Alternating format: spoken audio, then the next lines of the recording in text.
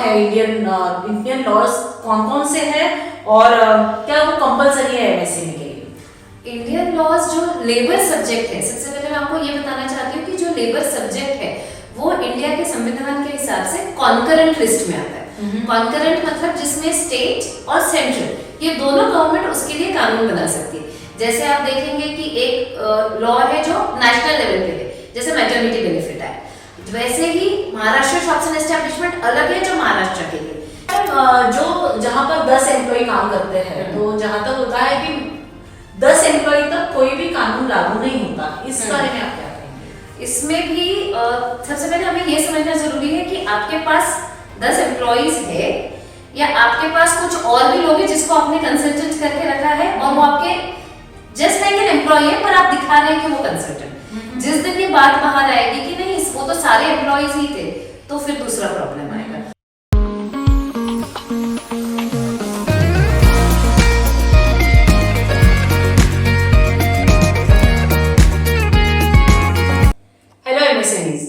आपका फिर एक बार स्वागत है मेरे YouTube चैनल पे जिसका नाम है MSME HR मैनेजमेंट नर्चर और कल्चर।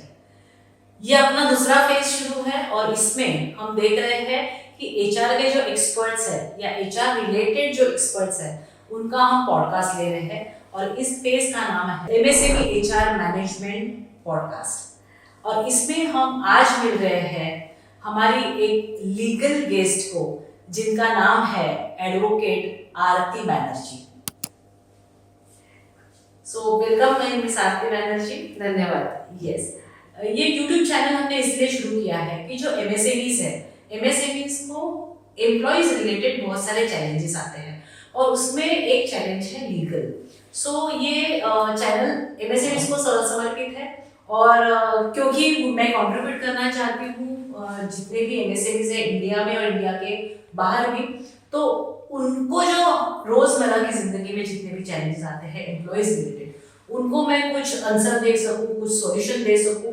और हम ये प्रयास कर रहे हैं कि जितना हो सके, जितने ज्यादा हो सके MSME तक पहुंचे और इसके लिए मैंने YouTube चैनल का सहारा लिया हुआ है। ये YouTube चैनल मैंने बनाया है पिछले कुछ 3 महीने से 12 हमने HR रिलेटेड कुछ टॉपिक्स के ट्रेनिंग्स दिए हुए हैं कि जिसको करके जो MSMEs है वो कुछ ना कुछ अपने एम्प्लॉइज के साथ नर्चर और कल्चर करके अपना खुद का ग्रोथ ला सके। ये बहुत ही अच्छा काम जो आप कर रही है, क्योंकि जैसे आपने कहा कि MSMEs को लीगल चैलेंजेस आते हैं। सबसे पहले मेरा एक सुझाव है इसमें कि MSME को लीगल चैलेंज तभी आएगा जब उन्होंने पहले उसे कंप्लाई नहीं किया। राइट। अगर वो सब चीजों को कंप्लाई कर रहे हैं तो लीगल चैलेंज नहीं है। इनफैक्ट जितने भी कानून है वो सारे एम्प्लॉयर्स और एम्प्लॉइज दोनों को मद्देनजर रखते हुए ही बनाए गए हैं। राइट। इसीलिए हमें पहले अगर कंप्लायंस के बारे में पता हो तो वो चैलेंज बने ही ना। राइट।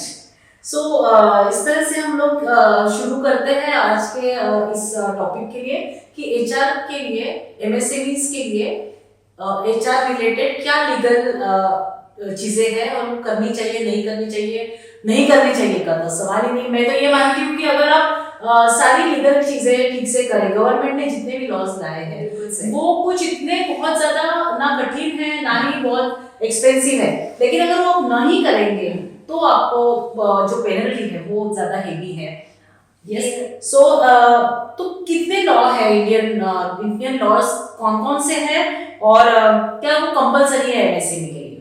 इंडियन लॉज जो लेबर सब्जेक्ट है, सबसे पहले मैं आपको ये बताना चाहती हूँ कि जो लेबर सब्जेक्ट है वो इंडिया के संविधान के हिसाब से कॉन्करेंट लिस्ट में आता है। कॉन्करेंट मतलब जिसमें स्टेट और सेंट्रल ये दोनों गवर्नमेंट उसके लिए कानून बना सकती है। जैसे आप देखेंगे कि एक लॉ है जो नेशनल लेवल पे है, जैसे मैटरनिटी बेनिफिट है, वैसे ही महाराष्ट्र शॉप्स एंड एस्टेब्लिशमेंट अलग है जो महाराष्ट्र के लिए, वैसे यूपी का अलग है, कर्नाटक का अलग है। तो हर लॉ में हर जो आप जिस MSME में है आप उसके हिसाब से आपको कौन सा कानून लागू है वो पता करना पड़ेगा। अगर आप फैक्ट्री है तो कानून अलग है, अगर आप माइनिंग बिजनेस में है तो अलग है, अगर आप शॉप्स एंड एस्टेब्लिशमेंट में है तो कुछ और है, अगर आप IT इंडस्ट्री में है तो IT इंडस्ट्री में जैसे आपको पता है कि इंडिया इज एक्चुअली बूमिंग उस सेक्टर में, तो उनको तो थोड़े रिलैक्सेशंस दिए गए हैं। जैसे कि वहां पे कई बार लेट नाइट शिफ्ट्स रहते हैं, कॉल सेंटर्स है, वहां पे भी अलग है। तो मुझे लगता है कि जैसे इसका एक सीधा उत्तर देना 4-5 पॉइंट में कि मुझे ये 4 चीजें करनी है जब मैं एचआर कंप्लायंस के बारे में बात कर रही हूँ, तो ये सही नहीं होगा। जो जितने भी दर्शक हैं मैं उनसे भी यही कहूंगी कि आप जिस सेक्टर में है, आप जिस पोजीशन में है, आपका बिजनेस क्या है, आप किस स्टेट से ऑपरेट कर रहे हैं, आपके कितने एम्प्लॉइज है, उन सब चीजों पे वो उत्तर रहेगा निर्भर कि आपको कौन सा कानून लागू होता है। राइट। सो मुझे बहुत बार चैलेंज आता है कि जब मैं एमएसएमईज के साथ काम करती हूँ तो वो कहते हैं कि ठीक है ये सब है, लेकिन ये मैं नहीं करूँगा तो इतना क्या होने वाला है या क्या हो सकता है?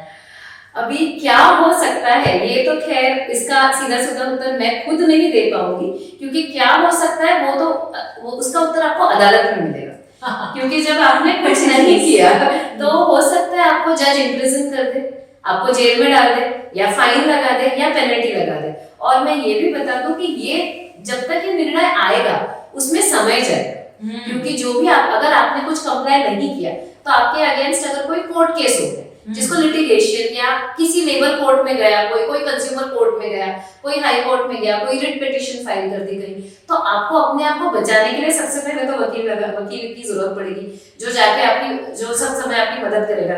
आपका खर्चा होगा, आपका टाइम जाएगा, आपकी एनर्जी जाएगी। तो इस सब से बचने से मतलब पहले ही ये क्यों सोचना है कि अगर मैं कंप्लाई नहीं करूंगा तो क्या ही हो जाएगा। तो उसकी बजाय आप अपना नजरिया बदलिए। मतलब मैं हमेशा यही कहती हूँ कि मैं हूँ भी वकील, कि जितना आप कंप्लाई करेंगे या जितना आप कानून के दायरे में रहना सीखेंगे उतना आसान होगा आपके लिए, आप खुद के लिए आपके खुद के लिए, मेरे लिए नहीं। तो मैडम जो जहाँ पर 10 एम्प्लॉय काम करते हैं तो जहाँ तक होता है कि 10 एम्प्लॉय तक कोई भी कानून लागू नहीं होता, इस बारे में आप क्या कहेंगे? इसमें भी सबसे पहले हमें ये समझना जरूरी है कि आपके पास 10 एम्प्लॉइज है या आपके पास कुछ और भी लोग हैं जिसको आपने कंसल्टेंट करके रखा है और वो आपके जस्ट लाइक एन एम्प्लॉय है, पर आप दिखा रहे हैं कि वो कंसल्टेंट। जिस दिन ये बात बाहर आएगी कि नहीं वो तो सारे एम्प्लॉइज ही थे, तो फिर दूसरा प्रॉब्लम आएगा। और अगर जेन्युइनली आपके पास 10 एम्प्लॉइज है तो हाँ कंप्लायंसेस थोड़े कम है, पर ऐसा नहीं है कि कुछ भी नहीं है। कुछ जो बेसिक चीजें होती है वो सबको करना पड़ता है। राइट, जैसे अपने पहले क्वेश्चंस में पहले मैंने कहा था कि और वो भी जो कौन सी बेसिक चीज है वो उसके ऊपर फिर निर्भर करेगा कि आप किस सेक्टर में है, कहाँ है, किस स्टेट में है, क्या कर रहे हैं। राइट। सो भले ही आपके पास इन हाउस कोई लीगल एडवाइजर नहीं है, आपके भले ही बोर्ड ऑफ डायरेक्टर्स में आपने किसी को नहीं लिया, फिर भी कम से कम एक बार किसी एडवोकेट से, किसी सॉलिसिटर से ये जानना जरूरी है कि क्या ये जो मैं बिजनेस कर रहा हूँ उसमें क्या क्या चीजें आनी चाहिए, क्या क्या कंपलसरी लॉज है, या ये लेबर कंसल्टेंट से भी पता कर सकते हैं, एचआर कंसल्टेंट से भी पता कर सकते हैं, आप किसी से भी पता कीजिए, पर पता जरूर कीजिए। क्योंकि यहाँ पे ये एक और बात आपको समझना जरूरी है नैना जी, कि एक लीगल मैगजीन है जो इंडिया में फॉलो किया जाता है, जिसका मतलब है इग्नोरेशिया जूरिस नॉन एक्सक्यूजा। मतलब अगर आपको कायदा नहीं पता है, अगर आप इग्नोरेंट है किसी कायदे के बारे में, तो वो आपको मदद नहीं करेगा। It is not an excuse. अगर आपको कायदा नहीं पता तो ये आपका प्रॉब्लम है। कायदा तो है, पर अगर आपको कोई चीज, अगर आपको कोई फैक्ट नहीं पता है तो वो अलग बात है। ओके, सो इग्नोरेशिया जूरिस बहुत हानिकारक है। तो हमेशा जब आप कोई कंपनी स्टार्ट कर रहे हैं तो आपको पता करना चाहिए। और इसमें हालांकि हम इंडिया के पर्सपेक्टिव में बात कर रहे हैं, पर मैं एक और बात कहना चाहूंगी इसमें। आजकल सब लोग डेटा प्रोटेक्शन के बारे में बहुत बात कर रहे हैं, प्राइवेसी के बारे में। तो मैंने कुछ ऐसे भी केसेस देखे हैं जहाँ पे मेरे क्लाइंट्स वो किसी फॉरेन कंसल्टेंट को लेते हैं जो दूसरे कंट्री में बेस्ड है। अगर वो किसी और कंट्री में बेस्ड है पर वो आपको उसकी खुद की पर्सनल इंफॉर्मेशन दे रहा है, तो शायद वो जिस कंट्री से आ रहा है उसको उस कंट्री का personal data protection law apply करेगा। तो आपको बहुत ही केयरफुल रहना चाहिए जब आप किसी एम्प्लॉय को हायर कर रहे हैं, या आप जब किसी एम्प्लॉय को इंडिया या बाहर कहीं भी जहां आप हायर कर रहे हैं, इट इज ऑलवेज गुड। मतलब कहते भी है कि prevention is better than cure. Yes very much. तो क्या मैडम ये जो पॉश पॉलिसी है तो वो भी कंपलसरी है जहां पर 10 एम्प्लॉइज हैं या नहीं है? अब इसका जो उत्तर है ना नैना जी, आप भी महिला है, मैं भी महिला हूँ जी। अब अगर हम लोग ऐसा कहने लगे कि हाँ जहाँ 10 लोगों से कम एम्प्लॉइज है वहां पे ये पॉलिसी नहीं चाहिए, क्या इसका मतलब पर ये नहीं होता कि वहां पे उस लेडी को आप सेक्सुअल हरासमेंट हो सकता है, वहां भी वो नहीं सकता है। उसके लिए भी अगर वो चाहे तो वो shebox.nic.in में जाके कंप्लेन कर सकती है। पर हाँ अगर आप कंप्लायंस दृष्टि से देखेंगे तो हाँ उनको वो आईसीसी रखने की जरूरत नहीं है। वो लेडी को कुछ मतलब अगर किसी के साथ सही में ऐसा हो रहा है तो उसको कुछ और तरीके अपनाने पड़ेंगे, जैसे पुलिस में कंप्लेन करना या कुछ करना। तो सेक्सुअल हरासमेंट कहीं भी नहीं हो सकता है और एम्प्लॉयर को इसका ध्यान देना चाहिए। आपके पास एम्प्लॉइज 10 है या 12 है या 1000 है, sexual harassment should be a complete no.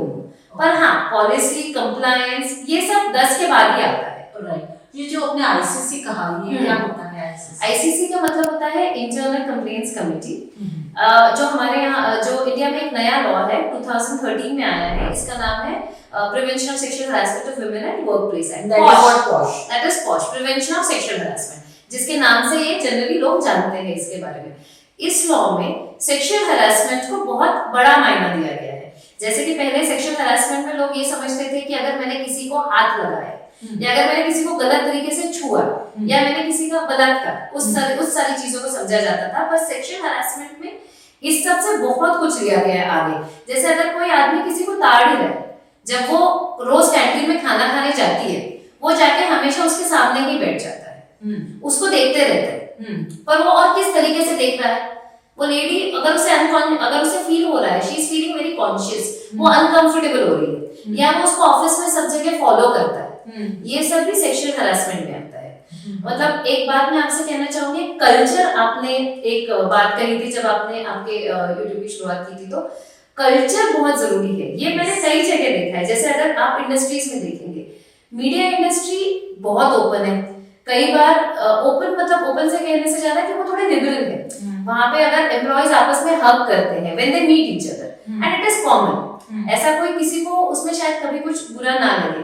पर कई सारे ऐसे इंडस्ट्रीज रहते हैं जहाँ पे थोड़ा you have to maintain formality, आप सिर्फ या तो शेक हैंड करेंगे या तो सिर्फ आप स्माइल करके आपस में ग्रीट करेंगे, तो ये सब भी कभी-कभी मैटर करता है। आई वुड से इसमें अगर ऐसी लिबरल ऑर्गेनाइजेशन है भी और वहाँ पर भी किसी महिला को अगर अनकंफर्टेबल फील होता है तो भी वो फाइल कर सकती है।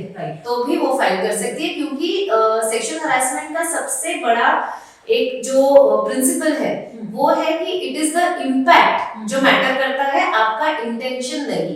तो कई बार हमने ऐसा देखा है, जैसे व्हाट्सएप और मीडिया कम्युनिकेशंस जैसे बढ़ गए हैं, वैसे ही कभी-कभी मेल्स सेम कोई नॉर्मल जोक होगा या कोई जोक होगा जिसका डबल मीनिंग है, वो 3-4 लेडीज को भेजते हैं, 3 का कोई प्रॉब्लम, 3 को किसी उसमें दिक्कत नहीं लगती है, पर शायद चौथी को वो बुरा लगा या वो उसके बारे में ज्यादा सोच रही है, उसे बिल्कुल अनकंफर्टेबल फील हो रहा है, still she can file the complaint, क्योंकि उसके ऊपर जो इम्पैक्ट हुआ वो मैटर करता है। आपका कितना भी मतलब शायद आपका जोवियल इंटेंशन हो या आपको ऐसा लग रहा हो कि इसमें कौन सी बड़ी बात है, ये तो हर कोई करता है, वो नहीं चलता। सो ये तो हो गया सेक्सुअल हरासमेंट के बारे में। वैसे ही चाइल्ड लेबर भी है, मतलब अगर आपके पास 10 एम्प्लॉय नहीं भी है तो भी अब 5 एम्प्लॉय है, 4 एम्प्लॉय है, उसमें से भी चाइल्ड एम्प्लॉय नहीं चलेगा, मतलब नहीं चलेगा। ये एक प्रिंसिपल की भी बात है, समझना चाहिए, क्योंकि हमें ये समझना जरूरी है कि क्या हम कंप्लायंस सिर्फ इसीलिए कर रहे हैं कि कोई हमें कुछ कह रहा है, या हम सही में समझ रहे हैं कि क्यों ये कानून है। क्या आप चाहेंगे कि आपका ही बच्चा कहीं जाके कभी काम करे? ये समझना जरूरी है। एज एम्प्लॉयज आल्सो, अगर रिटायरमेंट है तो रिटायरमेंट होना चाहिए, आपको कंसल्टेंट करके चाहिए, दोनों की मर्जी अलग है, कॉन्ट्रैक्ट है, अलग बात है। अब ये हो गया जैसे पॉश पॉलिसी चाइल्ड लेबर के बारे में, लेकिन कुछ और भी ग्रीवांसेस आते हैं जो कोई डिसिप्लिन के बारे में हो या एक दूसरे के साथ झगड़ा करने के बारे में हो या कोई मेरा डेटा चुरा रहा है, ये कर रहा है, बहुत सारे ग्रीवांसेस भी आते हैं। तो इसके लिए क्या लीगल एक्शंस है या क्या कानून है? मैं यहाँ पे मतलब मेरा थोड़ा अलग नजरिया है, मैं हूँ वकील, मैं कोर्ट्स जाती भी हूँ और हमारा मतलब, पर मुझे हमेशा ऐसा लगता है कि जहाँ तक मुद्दा अगर ऑफिस में या सेटल हो सके पार्टीज में तो उतना अच्छा है। तो अगर कभी-कभी ग्रीवेंसेस छोटे हैं, अगर उनको सेटल किया जा सकता है या सुलह की जा सकती है उसके बारे में, तो वो करना चाहिए। अब इसमें एक बात याद रखना जरूरी है नैना जी कि सुलह कब हो सकती है, जब दोनों को पता है कि क्या करना चाहिए था। यहाँ पे एक सबसे जरूरी बात आती है पॉलिसी की, कि पॉलिसी क्या थी। अगर आपकी पॉलिसी, जैसे छोटी सी बात है समय पे आना, अगर ऑफिस का समय जैसे 9:30 बजे आना है या 9 बजे आना है, आपने बताया ही नहीं है, आपका कोई कोड ऑफ कंडक्ट ही नहीं है, आपने कोई पॉलिसी मैनुअल में लिखा ही नहीं है कि भाई ऑफिस आने का समय 9:30 से 6 है या 9 से 6 है, तो हर कोई आपने कहा है सुबह आ जाना। अब किसी की सुबह 10 बजे होती है, किसी की सुबह 8 बजे हो जाती है, तो ऐसे नहीं हो सकता है। आपको पॉलिसी रखना बहुत जरूरी है ताकि जितने कम डिस्प्यूट आए उतना अच्छा। और अगर डिस्प्यूट आ भी जाए तो पॉलिसी के हिसाब से कोई भी देख के समझ सकता है कि भाई पॉलिसी में तो तुम थे, आपने तो गलत किया है ना पॉलिसी से, तो उसी में आप ये भी लिख सकते हैं, कॉन्सिक्वेंस भी लिख सकते हैं कि अगर आप 3 बार लेट आए तो आपकी छुट्टी मार्क होगी। अगर आपने किसी के अगेंस्ट कुछ गलत कहा या आपने किसी को डिस्क्रिमिनेट किया, जैसे अगर आपने कोई इंसल्ट किया कास्ट के बारे में, क्रीड के बारे में, हेल्थ के बारे में, उसके अपीयरेंस के बारे में लिखा है ना पॉलिसी में, ये सब नहीं चलता है। तो एम्प्लॉय को भी पता रहेगा कि मुझे क्या करना है। राइट। सो जो हम हमेशा कहते हैं कि आप आज 10 एम्प्लॉय से या 5 एम्प्लॉय से आपका बिजनेस चल रहा है, तो जरूरी नहीं ना कि आपका बिजनेस वहां तक ही चलेगा, राइट। वो बढ़ाना भी आपकी इच्छा है, तो जैसे जैसे आपका बिजनेस बढ़ेगा आपके एम्प्लॉयज के नंबर बढ़ेंगे, आपके एम्प्लॉयज के नंबर बढ़ेंगे तो नेचुरली आपको सारे जो लॉज है वो भी करने पड़ेंगे आपके खुद के सेफ गार्ड के लिए। एक्चुअली देखा जाए मतलब जैसे अपॉइंटमेंट लेटर है उसमें टर्म्स एंड कंडीशंस है, वो इसीलिए है कि पहले तो आप सेफ गार्ड हो जाओ, उसके बाद वो एम्प्लॉय को जरूरी है कि नहीं है, उनका इशू है। लीव पॉलिसी है, छोटी सी बात है, बस आप लीव पॉलिसी रख दीजिए ना। अगर आपने लिखा ही नहीं है कहीं की कितनी छुट्टियां मिलने वाली एम्प्लॉयज को, और ये सब करना बहुत ही आसान है। हाँ, जैसे अगर ये सब आप पहले ही कंप्लाई कर रहे हैं तो फिर मैं फिर से कहूंगी कि आपको लीगल चैलेंज नहीं लगेगा, यू आर प्रिपेयर्ड। और एक और बात होती है एमएसएमई सेक्टर में, अगर आपको कभी इन्वेस्टर चाहिए या कोई इन्वेस्टर जब आएंगे तो वो हमेशा देखेंगे कि पॉलिसी क्या है, आपका ऑर्गेनाइजेशन का कल्चर क्या है, सब कुछ ठीक है कि नहीं है, क्योंकि अल्टीमेटली ऑर्गेनाइजेशन लोगों से चलती है। राइट। और हमने बहुत सारे प्रैक्टिसेस जो है वो करते ही आ रहे हैं, तो आपको सिर्फ इतना ही करना है कि वो जो प्रैक्टिसेस है उसको पॉलिसीज में कन्वर्ट करते हैं, और वो लिखे रहेंगी, राइटिंग में रहेंगी तो आपके लिए अच्छा है। जैसा आपने थोड़ी देर पहले कहा था कि जब एम्प्लॉय ज्वाइन होता है तो ज्वाइन करने के लिए आप क्या सुझाव करेंगे मैडम, कि जो बैकग्राउंड चेक होता है या फिर उसका जो चेकिंग होती है या फिर उसका कहते हैं ना रेफरेंस चेक होता है, इसके बारे में आप क्या? एम्प्लॉइज जब ज्वाइन होता है तो उसे अहमियत देना जरूरी है ऑर्गेनाइजेशन के लिए। आजकल मैंने एक ट्रेंड देखा है कि जब से वर्क फ्रॉम होम शुरू हुआ है, work from home is of course new good concept, कई ऑर्गेनाइजेशंस में आजकल work from home, hybrid model, complete work from home, कई सारे कॉन्सेप्ट आ चुके हैं। और इसीलिए जब एम्प्लॉइज कभी-कभी ज्वाइन करते हैं तो उनके सारे इंटरव्यूज टेलीफोनिकली हो जाते हैं या वीडियो कॉल पे हो जाते हैं। सो क्या आपको सही में एक इंसान को जज कर पाते हैं आप जब आप उससे सिर्फ वीडियो पे एक बार बात करते हैं, या आप चाहते हैं कि वो आपके पास आए, आप एक बार तो उसका इंटरव्यू ले, उसकी बॉडी लैंग्वेज देखे, सब कुछ समझे कि वो मेरे ऑर्गेनाइजेशन के कल्चर में आ रहा है या नहीं आ रहा है। क्योंकि ये समझना बहुत जरूरी है ना कि जब ऑर्गेनाइजेशन एक एम्प्लॉय को हायर कर लेती है, उसके बाद अगर आपको किसी भी कारणवश उसे निकालना है या उसका एम्प्लॉयमेंट टर्मिनेट करना है, वो एक प्रोसेस होता है। Right. आप उसको तुरंत ही अच्छा मुझे नहीं लगता तुम यहाँ काम कर पाओगे, ऐसे नहीं कर सकते आप। भले ही वो प्रोबेशन पीरियड में हो, फिर भी आपको एक पर्सनल इंटरेक्शन होना जरूरी है। और दूसरी बात जो आपने पूछी बैकग्राउंड वेरिफिकेशन करना, वो तो बहुत जरूरी हो गया आजकल, क्योंकि जो मून लाइटिंग का एक कॉन्सेप्ट है, जो आजकल मून लाइटिंग बहुत आ रहा है सुनने में कि एम्प्लॉइज दिन में एक कंपनी में काम करते हैं, रात में एक कंपनी में काम करते हैं, दोनों जगह वर्क फ्रॉम होम है, दोनों जगह से 2 लैपटॉप है। तो ये सब अगर आपको पता करना है तो कभी कभी जब आप बात करते हैं लोगों से तो आपको पता एक सेंस तो आ ही जाता है, वाइब्स का एक कॉन्सेप्ट है मेरे ख्याल से, कई लोग उसमें विश्वास रखते हैं। जी हाँ, बहुत सही है। और दूसरा है कि जब कोई आता है तो उसका इंडक्शन ट्रेनिंग होना बहुत जरूरी होता है। इंडक्शन ट्रेनिंग में जैसे आपने बताया कि आपकी पॉलिसी क्या है, आप कितना लीव दे रहे हो, लेट आने पे क्या होगा, लंच टाइम क्या होगा, वीकली ऑफ क्या होगा, ये सब बताना उसको बहुत जरूरी होता है। उसके साथ ही में ये कंपनी क्या है, इसका विजन क्या है, इसका कल्चर क्या है, ये कोई ना कोई हो जो उनको बताए कि भाई ये होना जरूरी है, ये करना जरूरी है यहाँ पर।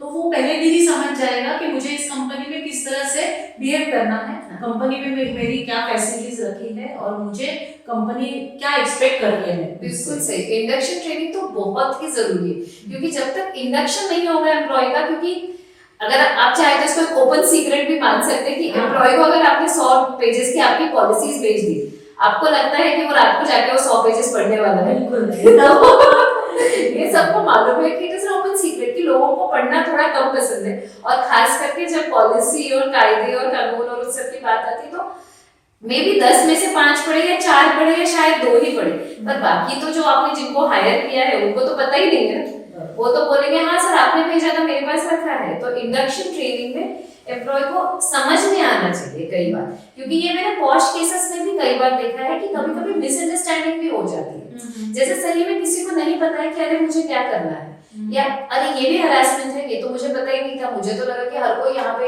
एक दूसरे को ऐसे वीडियोस भेजता है तो मैंने भी भेज दिया एक दो को।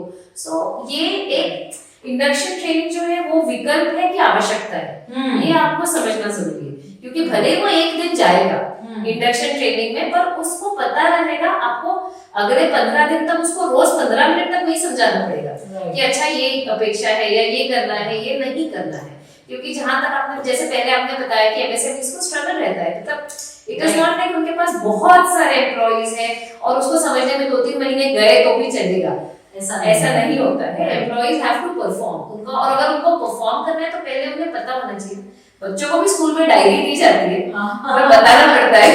ये बहुत सही बात बताई आपने, क्योंकि बहुत बार मैंने ऐसे देखा है कि नहीं पॉलिसी लिखने की क्या जरूरत है, हम उनको बता रहे हैं। तो आपके पास जितने भी एम्प्लॉय आते रहेंगे, आप कितनी बार बताएंगे, आप ओनर है या फिर आप टॉप मैनेजमेंट में है, तो आपका समय बहुत इंपॉर्टेंट है। तो ये सारा समय आप उनको ये बताने में देंगे कि भाई आपको किस तरह से बिहेव करना है, तो वेस्ट है ना उतना टाइम आपका। तो इससे अच्छा कि आपकी जितनी प्रैक्टिसेस है वो उसको एचआर पॉलिसी मैनुअल में एक बार लिख के जो नया ज्वाइन करेगा उसको बताइए।